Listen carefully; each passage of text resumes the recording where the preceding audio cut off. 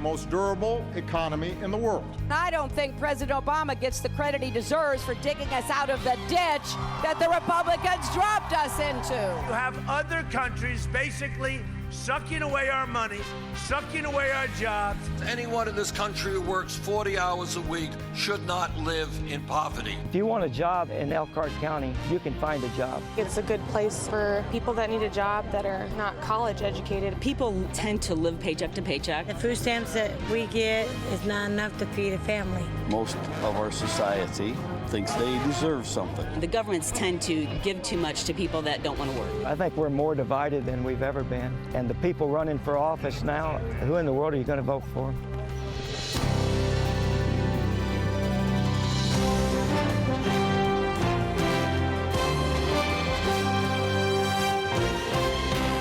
This is a PBS NewsHour special. Questions for President Obama. Now from the Lerner Theater in Elkhart, Indiana, PBS NewsHour co-anchor Gwen Ifill. Good evening and welcome to Elkhart, Indiana, as we sit down with President Obama and the residents of this community to discuss their concerns, look back on his time in office, and assess the feverish campaign to succeed him. This marks the president's 5th visit to the once and again RV capital of the world, a small city where the unemployment rate hit 19.6% his first year in office and now has dropped to about 4%. But this White House isn't getting any credit for that turnaround. Residents here voted for Ted Cruz in this year's primaries and Mitt Romney by 2-1 in 2012.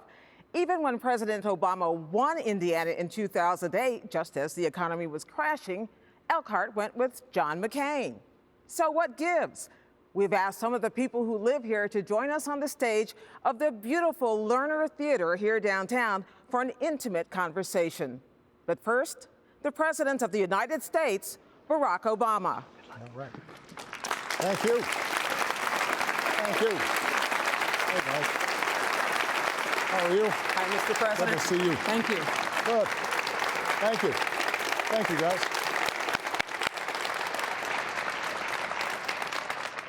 Our residents have been waiting faithfully, patiently, and eagerly to see you today. Well, I'm eager to see them. And this is a beautiful theater. It is beautiful. Which got converted, and congratulations on a wonderful venue. Some of them voted for you, some of them didn't. We Well, may talk that's what about we that expect. in a moment. But I first want to ask, by talking to you a little bit about this campaign, what do you think it means when you hear the words, "Let's make America great again"? I think America's pretty great. And, you know, it's interesting. I do a lot of commencement speeches this time of year. In fact, tomorrow I'm going to be going to the Air Force Academy to deliver the commencement for the second time there. And I always remind young people that despite all the challenges that we face right now, if you had the choice to be born in any one period of time in our history, and you didn't know ahead of time whether you were going to be rich or poor, black or white, male or female, you just had to guess on what moment do you have a best chance of succeeding. It'd actually be now that America is the strongest country on earth. Its economy is the most durable on earth. You know, we are a country that has incredible diversity. People are striving, working hard, creating businesses. We've got the best universities in the world, the best scientists. You know, so we got some challenges, and we've just come through a very rough stretch as a consequence of the financial crisis. But overall, not only are we recovered from the crisis that we had, but we're well positioned to do extraordinarily well going forward as long as we make some good decisions.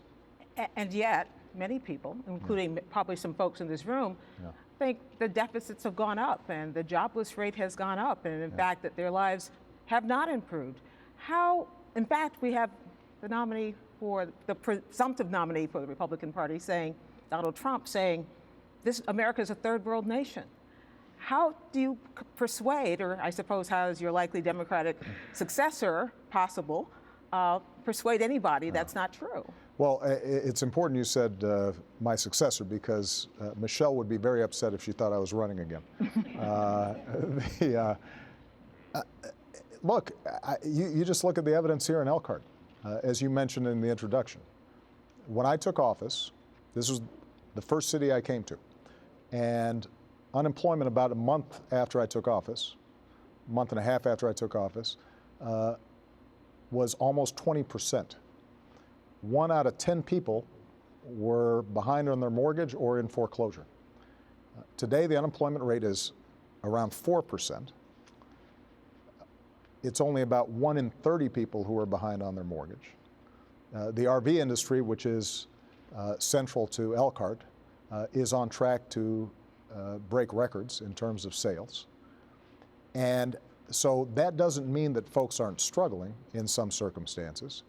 And one of the things that I've emphasized is that there are some long-term trends in the economy that we have to tackle in terms of wages not going up as fast as they used to, some big costs like college costs or healthcare costs that are still a challenge, people still worrying about retirement. And so we're going to have to make sure that we make some good decisions going forward. But the notion that somehow America is in decline is just not borne out by the facts. But it resonates. It resonates among a lot of aggrieved people who are voting in big numbers for Donald Trump. Well, look, I think that what has always been true in American politics is that when we've gone through a tough time, and we went through the worst financial crisis of our lifetimes. I'm looking around, and I think it's safe to say that it's been the worst in the lifetimes or memories of most people here. Then you feel nervous. People lost homes. People lost savings. People were worried about whether or not they could make ends meet. And so even though we've recovered, people feel like the ground under their feet isn't quite as solid. And in those circumstances, a lot of times it's easy for somebody to come up and say, you know what, if we deport all the immigrants and build a wall, or if we cut off trade with China, or if we do X or Y or Z, that there's some simple answer and suddenly everything's going to feel secure. Why don't you mention Donald Trump by name? You know, he seems to do a good job mentioning his own name. So I figure, you know, I'll let him do his advertising for him. Do you consider at all that any of the support for him is backlash against you personally? Well, here's one thing I would say, and I just spoke about this at the local high school. I think Trump is a more colorful character than some of the other Republican elected officials. But a lot of the story that he's telling is entirely consistent with what folks have been saying about me, or the general story they've been telling about the economy for the last 7.5, the last 10, the last 20, the last 30 years.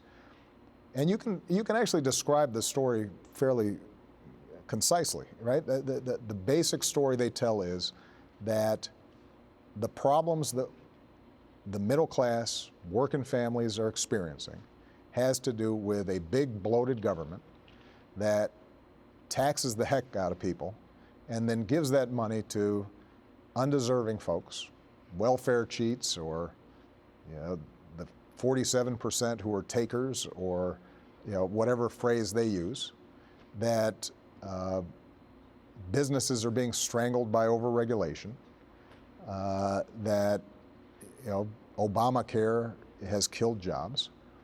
And the fact of the matter is, when you look at it, the government as a proportion of our overall economy is actually smaller now under my presidency than it was under Ronald Reagan. Let me read you something that Bill Clinton said, though. But let me finish. Right? Okay. We have fewer federal employees today. The healthcare costs since I signed Obamacare have actually gone up slower than they were before I signed it. 20 million more people have health insurance. So So the arguments they're making just are not borne out by the facts. But what is true is that if people are feeling insecure, and they're offered a simple reason for how they can feel more secure, people are going to be tempted by it, particularly if they're hearing that same story over and over again. Perception. So Bill Clinton said millions and millions and millions of people look at that pretty picture of America he painted, what you just described, and they cannot find themselves in it to save their lives. The pretty picture that... The pretty picture of all the things that have gone well. Why is there a disconnect between that he's describing here? Well, look, here's what has changed in the economy over the last 20 to 30 years. Right after World War II, America was ascendant. It was dominant around the world because Europe was blown up, Japan was digging itself out of the rubble, China was still a backwater, Eastern Europe was behind the Iron Curtain.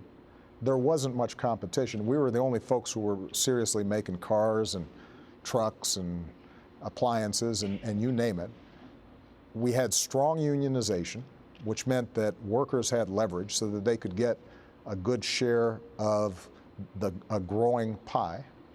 And people saw each year and each generation their standards of living going up pretty rapidly. And what started happening is you started seeing foreign competition. Unions started getting busted, so workers had less leverage, which meant their wages didn't go up quite as fast. You started seeing the end of defined benefit pension plans. In terms of health care programs, if you had health care on your job, suddenly you were paying a lot of deductibles and premiums. College costs started going up because the public university system, which used to be generously funded by state governments so that tuition was low, suddenly state governments were spending more money on prisons than they were on universities, which meant tuition went up. You add all those things together and people then start feeling more stressed. Now, the answer to that is how do we get wages up? How do we make sure that you can save for retirement? How can you make sure that your kid can afford to get a higher education to compete for the jobs of the future? And the question then is, what is actually going to get that done?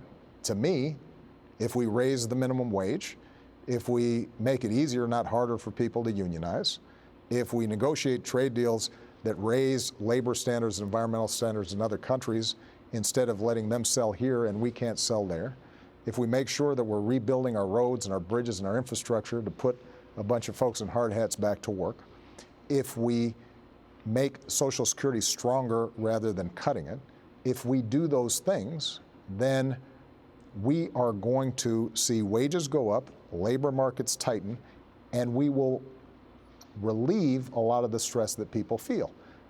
But if you look at the arguments that are being made by the Republicans and the actions that have been taken by those members of Congress, it's hard to see how cutting taxes for the wealthiest Americans, deregulating Wall Street again, is somehow going to benefit middle-class families. Well, let's turn to the audience and see what they think. We're going to open this conversation up. I have a lot more questions, but they do too.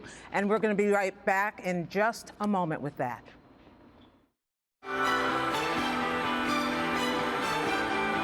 The party's just getting started. Judy.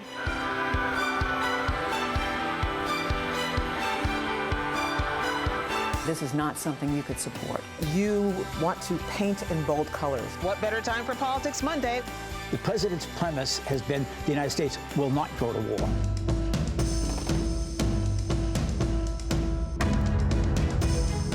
He denies recruiting for Islamic State or inciting violence. So why is this place such a crossroads? You can find a different look at the refugee crisis online.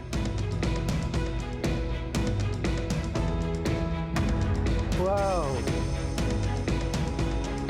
It's incredible.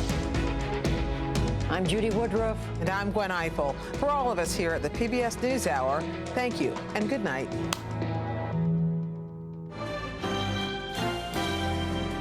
This PBS NewsHour special, Questions for President Obama, continues from the Lerner Theater in Elkhart, Indiana.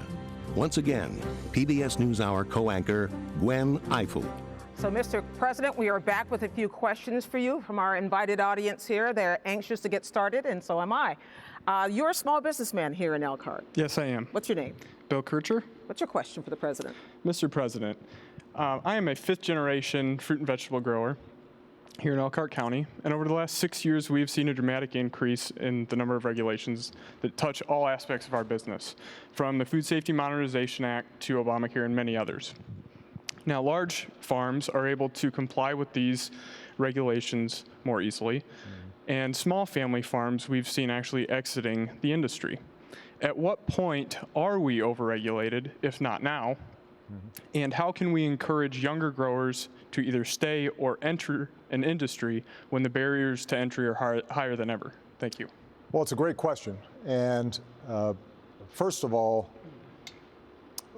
my administration's policy has been to encourage family farming rather than big agribusiness, because not only is that sort of a model of farming that built this country, but as Michelle will tell you, it actually produces food that's better for you, as she reminds me constantly. So, you know, we want you to succeed. Now, if you look at the trend lines in terms of small family farms, the problem generally has been actually family farms getting bought up by larger agricultural operations. It's been you guys not always getting good prices for the products that you put together. I don't doubt that some elements of the regulations I put in place have probably put a burden on you. So let's take healthcare, for example. It may be that previously you weren't, you didn't think you were able to provide health insurance for your employees. The problem is that if they're not getting health insurance through you, then that means that they're relying on the emergency room, and they're relying on taxpayers like everybody else to cover those costs if they get in an accident or if they get sick.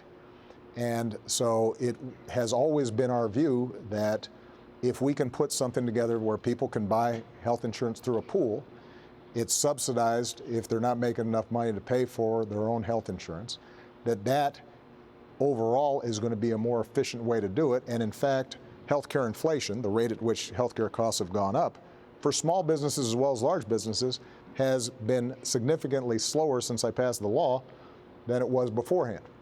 Now, what I would say is that there are a bunch of regulations that have been put in place in the past that may have been well-intentioned but didn't work. Sometimes they're outdated. And so what I've told my administration to do is to go back and look at all the regulations that are there. If there's not a good reason for them, or if they're outdated, or if we can redesign them to put less of a burden on businesses, we should do so. I'm not interested in regulating just for the sake of regulating. But there are some things like making sure we got clean air and clean water, making sure that folks have health insurance, making sure that worker safety is a priority, that I do think is part of our overall obligation as not a third world country, but as a advanced nation, to make sure that we're doing the right thing. And I would hope that as a consequence of the overall economy doing better, you've also been doing better as well. And anybody who's running a business would rather not have any regulations, just as a general rule. And certainly you don't want a situation where you feel like you're being regulated and your competitor's not. But what we've tried to do is to be very fair in terms of looking at what regulations make a difference. If you're a really small business of like 25 people or less, typically you are exempted from those a lot of the federal regulations. If you get to a certain size, then it's part of the cost of doing business. But what it also does is it makes sure that we as a society are looking out for workers, we're protecting our families, and people are getting decent wages, and they've got health care, so they're not going to the emergency room when they get sick. Thank you, Mr. President. Thank you, Mr. Kircher. As you may have noticed following this election, Donald Trump came to Indiana and talked a lot about what happened with the carrier corporation and shipping their jobs out of state. Here's someone who worked for Carrier, and he has a question for you. How you doing, Mr. President? How are you?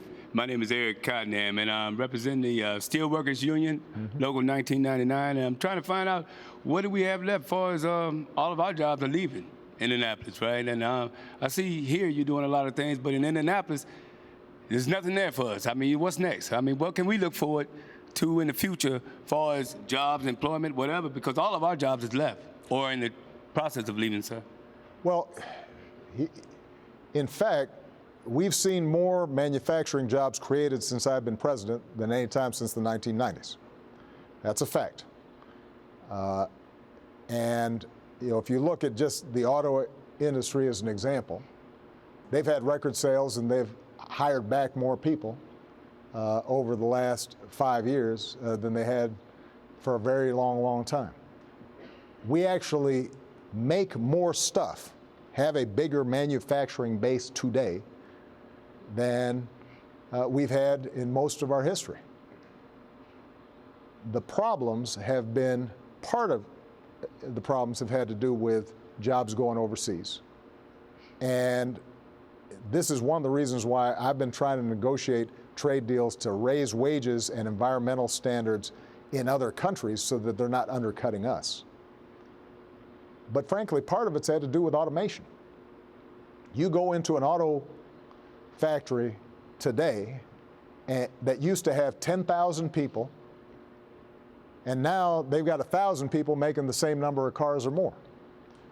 And so what that means is even though we're making the same amount of stuff in our manufacturing sector, we're employing fewer people.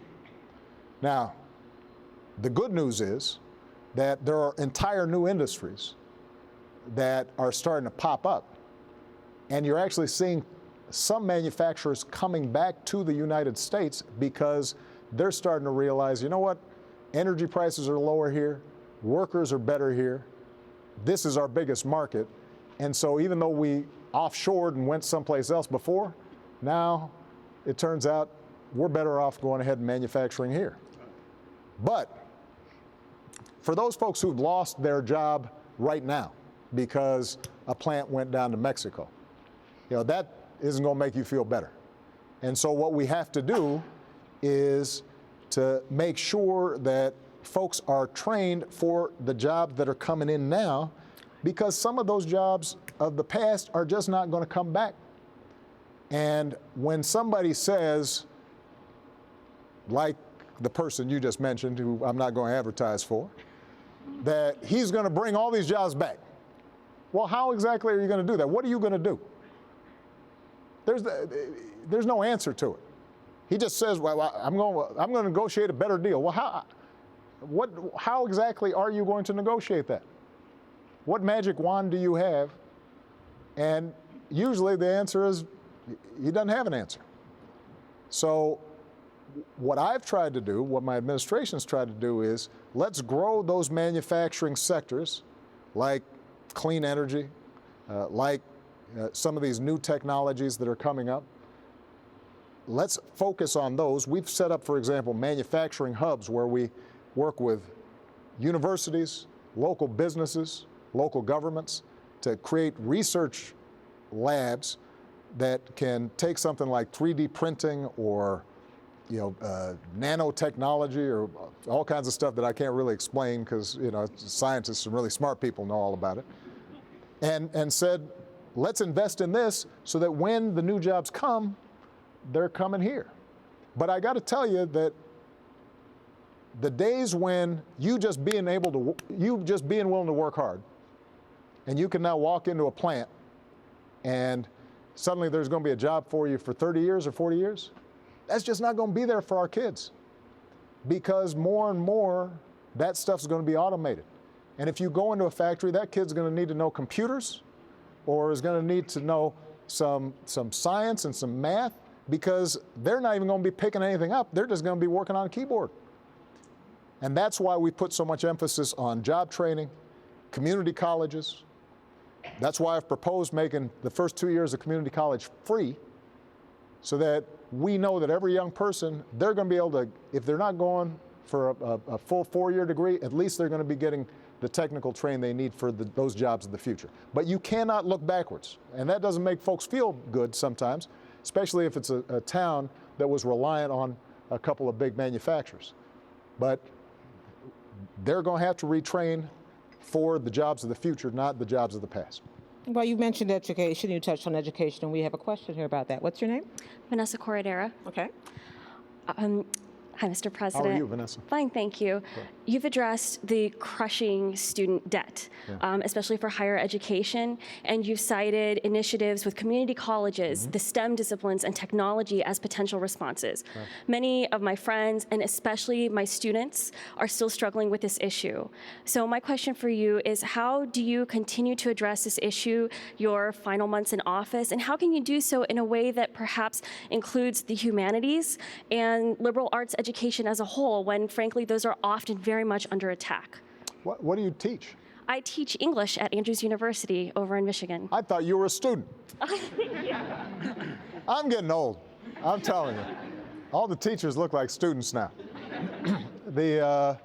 Well, first of all, let me just say that I have been emphasizing STEM education, that's science, technology, engineering, and math, not because I think the humanities are unimportant, but because we generally have not been producing as many engineers and as many scientists and people with those kinds of technological skills as compared to China, for example. And we send a lot of people into banking and folks like me who become lawyers. But the truth of the matter is that we have to make sure that we continue to have a strong base in the sciences and engineering if we're going to remain the most innovative economy in the world.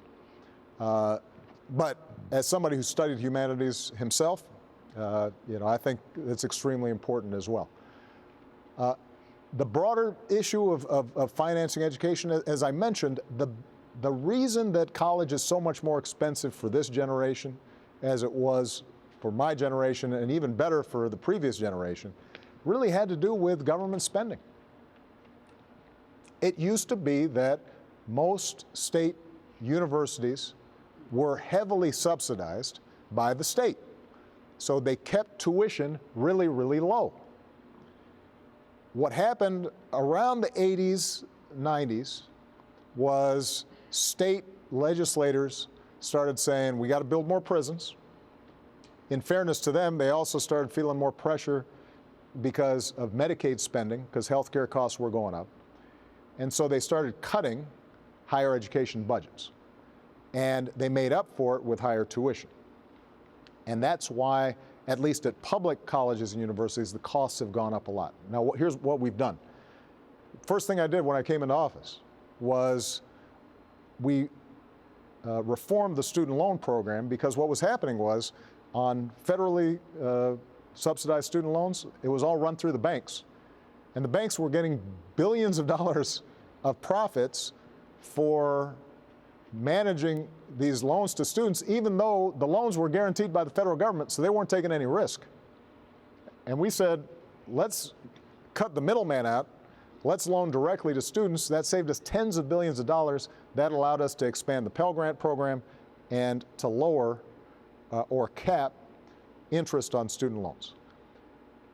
But just because we give more loans or more grants, that doesn't always help with the rising costs. And that's why I've proposed this 2-year free community college, because what that does is that allows a young person who's strapped for cash and whose parents, are doing everything they can but can only do so much, to say, I'll get my first 2 years for free, I'll transfer those credits to a 4-year public college or university, and I've now just potentially cut the amount of loans that I've got in half. And for some people who decide they don't need a 4-year college education, they want to be a graphic designer, they want to go into a trade, now they can get the training they need without incurring any debt. So, these are all proposals that we know work. There's some states and cities that are already doing this free community college proposal, and it's working, and it's really helping to reduce costs. And the last thing, we're also trying to work with universities just to figure out ways that they can reduce costs using, for example, online learning, putting out reports so that parents and students are better consumers so that they know, well, let me not sign up for that four-year college where the graduation rates are low and it's got great dorms and great gyms and nice food, but I'm going to be $50,000 worth of debt and I may not get a job. Thank you, Mr. President. Sir, your name? Arvis Dawson. And your question? First of all, I want to thank you, President, for your service to our country. Thank you, and sir. Despite the polls, there's a lot of love for you here in Elkhart. Oh, I appreciate that. You know, I actually,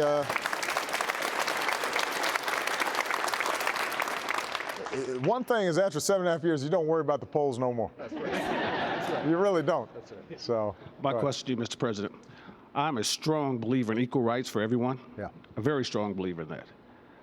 I was wondering, though, with all the pressing issues that you have before you right now, why is the issue of which bathroom a person uses such an issue? Well, you know what? It's a great question. Somehow people think I made it an issue. I didn't make it an issue. There are a lot of things that are more pressing. You're absolutely right. What happened and what continues to happen is you have transgender kids in schools. And they get bullied. And they get ostracized. And it's tough for them. And, you know, we're of a generation where that stuff was all out of sight and out of mind. And so people suffered silently. But now they're out in the open. And the question then is, schools are asking us, the Department of Education, for guidance. How should we deal with this? And my answer is that we should deal with this issue the same way we'd want it dealt with if it was our child. And that is to try to create an environment of some dignity and kindness for these kids. And that's sort of the bottom line. I have to just say what's in my heart, but I also have to look at what's the law. And my best interpretation of what our laws and our obligations are is that we should try to accommodate these kids so that they are not in a vulnerable situation. Now, I understand that people, for religious beliefs or just general discomfort might disagree. And I'm not the one who's making a big issue of it. But if the school districts around the country ask me, what do you think we should do?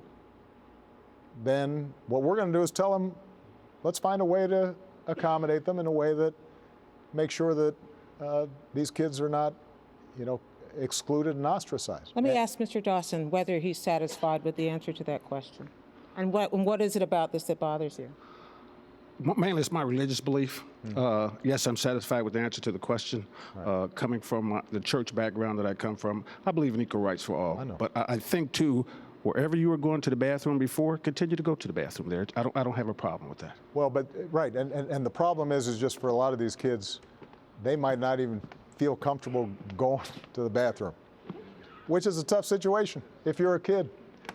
And look, I have profound respect for everybody's religious beliefs on this. But if you're at a public school, the question is, how do we just make sure that children are treated with kindness? That's all. And my reading of Scripture tells me that golden rule is pretty high up there in terms of my Christian belief. That doesn't mean somebody else has to interpret it the same way. It does mean as President of the United States, those are the values that I think are important. Now, this is going to be settled by the courts ultimately. There have been lawsuits everywhere. I just want to emphasize to you, though, it's not like I woke up one day and I said, man, you know what we really need to do is let's start working on high school bathrooms. I was thinking about ISIL, and I was thinking about the economy, and I'm thinking about jobs. But one of the things that, as president, you learn is that you don't choose the issues all the time. Issues come to you. And then you have to make your best judgment about what you think is right. And I've expressed what I think is the best judgment that is consistent with our traditions and our laws. Have another issue to come to you here, Mr. President. What's your name? Nancy Wirt. And what do you have?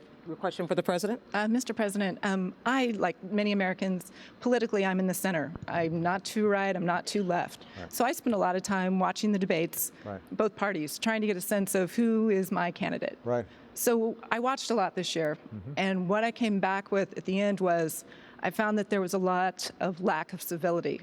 Yeah. That people were speaking, candidates were speaking over one another, shouting, calling each other names. There was a lot of inappropriate comments. I was pretty saddened by the whole situation. I'm curious what your thoughts are on the tone of the debates overall. Were you watching the debates, Mr. President? I confess I didn't. But I'm really glad you did. I don't watch them because I'm just steeped in this stuff. So I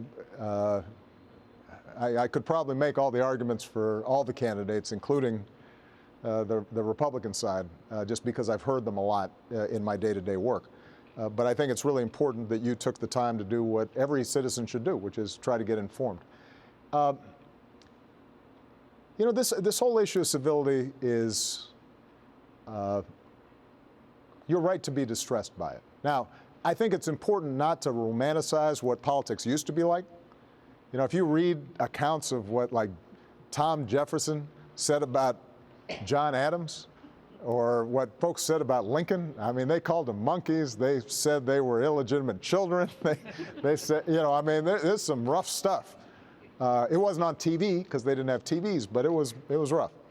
But I do think what has happened is that some of the boundaries that used to be there for how you debated ideas have broken down. And no offense against Gwen, because she works for PBS, which is all about civility. Absolutely. But I do think that the TV culture, the reality culture, contributes to this. Because what happens at talk radio culture, what happens is that politicians get the most attention the more outrageous they sound. And so if you're civil and quiet and polite, nobody covers you. But if you say something crazy or rude, you're all over the news. And that has fed, I think, this kind of arms race of insult and controversy that doesn't shine a lot of light, even though it generates a lot of heat. The other thing that contributes to this is, and we, a lot of times we blame politicians, but part of it is what's happened in terms of our voting patterns. And there are a couple of reasons for this. One is political gerrymandering, which is that the way district lines are drawn now they use computers. They're so precise that whoever's in power, whether it's Democrats in a state or Republicans in a state, and both parties do this, they will draw these lines so precise so that every district, they know this is going to be a Republican district, this is going to be a Democratic district. And so out of the 435 seats in the House of Representatives, maybe 10% of them are actually competitive, and the rest of them, no matter what happens, are going to be either Republican or Democrat. Well, what happens when that exists? It means you don't, if you're a Republican, you don't have to worry about what the Democrats saying. You don't have to go to the center. You just have to make sure that the Tea Party Republican to your right doesn't say something more outlandish than you do. Same thing on the left. The Democrats only worried about what the person on the farthest left is going to say. And that drives people into opposite directions. So the one thing I would say is, first of all, don't get discouraged. get out there and vote. But what I would say is that every voter here, Democrat or Republican, if you want more civility, then you vote for folks who are civil and who are making arguments and using logic and presenting evidence, and not just somebody who's popping off. And that's true whether it's on the left or the right. And if you are voting for somebody who's just being controversial for the sake of it or helping you vent, then you only have yourself to blame if it turns out that the political debate starts getting more and more crass. Since we're talking politics, Mr. President, I do want to ask you this. The primary season is almost over. We've talked a lot about what Republicans are and are not doing in this campaign. And I wonder when we can expect you to get involved in the Democratic race. Are we going to see an endorsement soon? Bernie Sanders, perhaps? Well, I think that there's been a healthy debate in the Democratic Party. And it's almost over. We got on Tuesday, you'll have some big states, California and New Jersey, where the votes will take place. What I've tried to do is to make sure that voters, rather than me bigfooting the situation or deciding the outcome.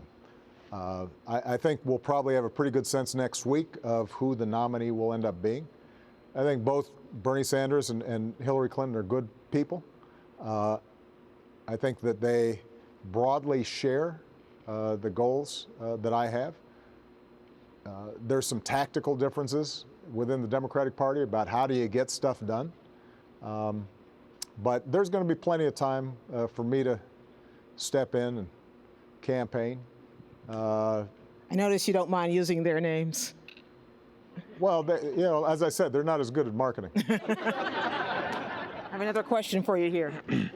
Mr. Obama, in regards to Obamacare, I've been receiving my health insurance through the marketplace. Yeah. And the first year, the subsidy was very high and my premium was very low, and I was very happy. Yeah. Now, beginning in January of 16, the subsidy was lower and my premium went up dramatically, and my income was nearly the same. In fact, for this year, I'm paying 22% of my income for health care. So that's my concern and my complaint. The second part of my question is, what's going to happen to Obamacare in 2017 and beyond? Yeah. Well, I don't know your particular circumstance. Your subsidy should not have gone down if your income is more or less the same, unless there was some significant difference in your tax status. So I'll try to find out about that. What is true is that some of the premiums went up because essentially in the first year of a startup program, a lot of insurance companies didn't quite know how to price things, and so they priced substantially lower than people expected. And now things are kind of evening out, which means that some folks who overpriced, they've dropped their prices. Some have gone up. But on average, what we're seeing is that the average increase is about $4 per month for somebody who is signed up. Some markets are different.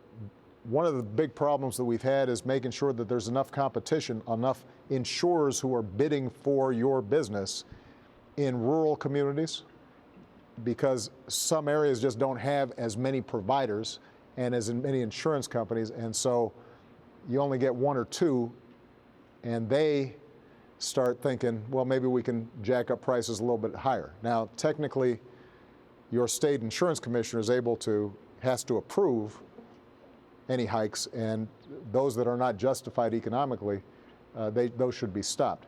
But what I would say generally is that, and we're monitoring this very carefully, I promise, since obviously everybody's been predicting disaster and apocalypse on this thing for a long time, is generally speaking, premiums have been lower than people expected originally. In some markets, they've gone up faster. Some markets slower. They're still cheaper than you would be able to get outside of the marketplace. But there's some things that we've got to do to lower health care costs generally, particularly drug prices. And part of Obamacare that's not talked about a lot is us trying to improve the health care delivery system so that there's not as much waste, so that you're not taking multiple tests, so that you're not readmitted into a hospital because they didn't take care of business the first time. And that's part of the reason why overall health care inflation has actually gone down, has gone up at about half the rate that it did before the law passed. For the average person here, your premiums are about $2,600 lower than they would have been if healthcare inflation had kept on going up at the same pace as it did before Obamacare was passed. Now, the fact that they're still going up makes you feel bad. You'd feel worse if they'd gone up faster. So this is still an issue of challenge to policymakers and to families. I'm happy after this town hall to get some details about your situation because if your income didn't go up much, at least the subsidies should not change that much. Another question for you over here, Mr. President. Your name? My name is Gerald Sparks. I'm a member of Local 1118 Painters and Allied Trade Union. I got a two-part question for you.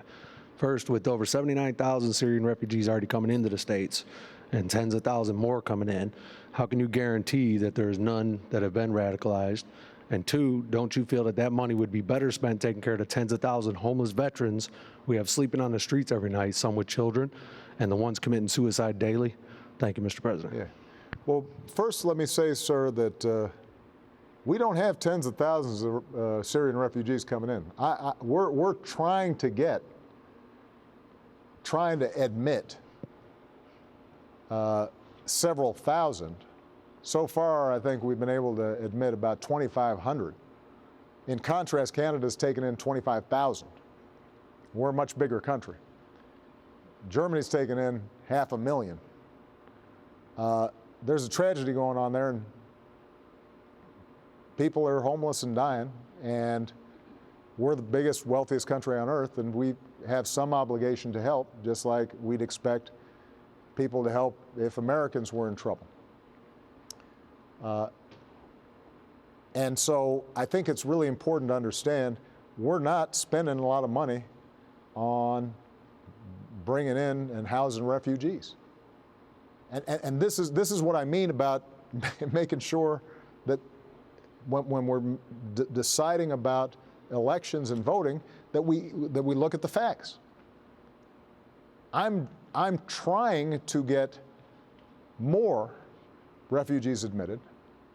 It's not close to the kinds of numbers you're talking about. We just can't, and the reason is because refugees are actually admitted on a much stricter standard than the average tourist who's coming in on a visa. They have to go through a full background check. FBI, our intelligence agencies, check through every single person who comes in. It's like a month-long process. But if you are somebody from France, you don't even need a visa. You just hop on a plane. You're here in the United States. And if you're a member of ISIL that happens to be a citizen of France or Germany, you come on in. Much more risk is involved in terms of just ordinary tourists, or for that matter, American citizens who've gotten brainwashed by ISIL on the computer, like they did in San Bernardino, and suddenly they just go to the local gun store, where, by the way, because the Republicans have blocked it, we can't even put them on a list to prevent them from buying weapons. That's a much bigger danger than the Syrian refugees. Now, the second point you made about veterans' homelessness, one of the things that I did when I came into office is I said, if somebody's put on the uniform of this country and fought for our freedom, they cannot be homeless. And our goal should be zero homelessness, zero tolerance for homelessness. And we have cut veterans' homelessness since I've been in office by about a third. Tens of thousands of veterans who used to be homeless are now housed. But one is too many. So we've got some cities where they've set a goal of 0 homeless veterans, and they've actually achieved it. We're going to keep on working as long as we have to get this done, and we have budgeted the dollars to make sure that every veteran is put in place. But I just want to say that the reason that we've got veterans homelessness is not because of Syrian refugees. It's not because of undeserving folks on welfare. It's because we've had a Congress that for too long talks tough about patriotism and looking out for our troops, and orders folks are fine with us sending 180,000 people into war, but then when it came down to the actual veterans budget, it wasn't there. And I increased the veterans budget more, the VA budget more than any president in history. Increased it 11% my first year. But we still got work to do on it. Mr. President, I'm going to try to squeeze in Thank you another for the question, though. picture. Are you a veteran yourself? No, but I support our troops. All right, I appreciate your service. Yes, hi. What's your name? Hi, Marianne Neufeld. Okay, what's your question for the President? Mr. President, what is the one thing you would go back and change during your presidency, and how would you change it? Other than dyeing my hair?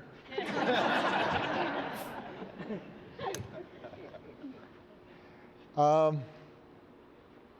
have to tell you, every day, I make some mistake. Fortunately, most of them aren't that big. Sometimes you just use your best judgment because you're working with probabilities. You don't know the perfect answer. If something's easy, it does not reach my desk. By definition, somebody else has solved it. If something's easy to solve, I don't even see it. Somebody else has solved it a long time ago. So most of the time, I'm dealing with probabilities. If I'm making a decision about, are we going to take a strike against bin Laden, I don't even know if bin Laden's there. And I've got young men and women, who are at risk. When I send them there, I'm operating on probabilities.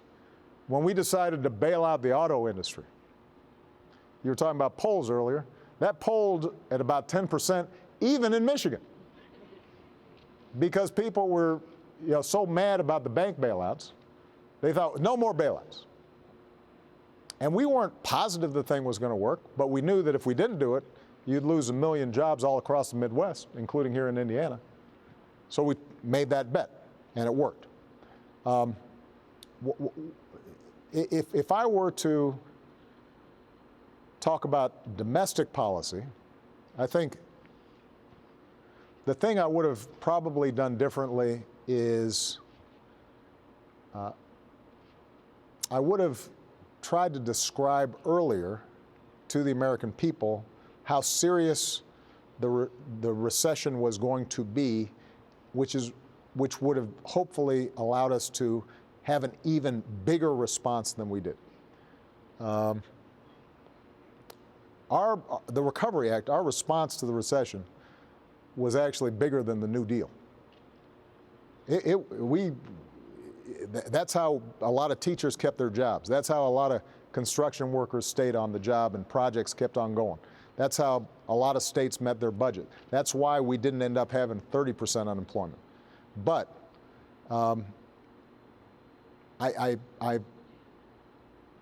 in the balance of trying to reassure people, I maybe didn't indicate to them that, look, this is probably going to be a 2, 3, 4-year process of us digging out of this hole, so that we could have staged some of that recovery money over a longer period of time and possibly accelerated the recovery. In terms of foreign policy, I've said this before, we decided to go in as part of a broader coalition into Libya to make sure that this guy Gaddafi, who had been a state sponsor of terrorism, go in and start slaughtering his own people. We succeeded and probably saved tens of thousands of lives, but I did a little too much accounting on other countries to then stabilize and help support government formation, and now it's kind of a mess. I could give you a long list, but I tell you, I mean, the one thing I can say is every day when I wake up, I'm focused on how can I make your lives better? How can I protect the American people? How can I increase their prosperity? At the end of the day, I can always say honestly that I did my best. And hopefully, what I'm also usually trying to do is to admit that if something's not working as well as it should be, let's see if we can improve it. That's where we need, though, a Congress that is not about yelling and is more about solving problems. Mr. President, we will prevail on you to come back and give us the rest of that list at another time, because we're out of time for now. Thank you very much for joining us. Thank you very much to good people of Elkhart, Indiana, for joining us. We really appreciate it. We hope you will keep tuning into the PBS NewsHour and at our website at pbs.org/newshour for more on all of the issues and more raised tonight. From all of us here in the Hoosier State today, thank you to the President and to the people of Elkhart. Good night. Thank you, Mr. President.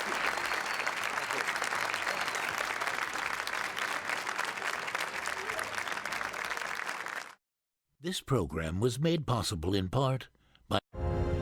Have you ever wondered what you really are?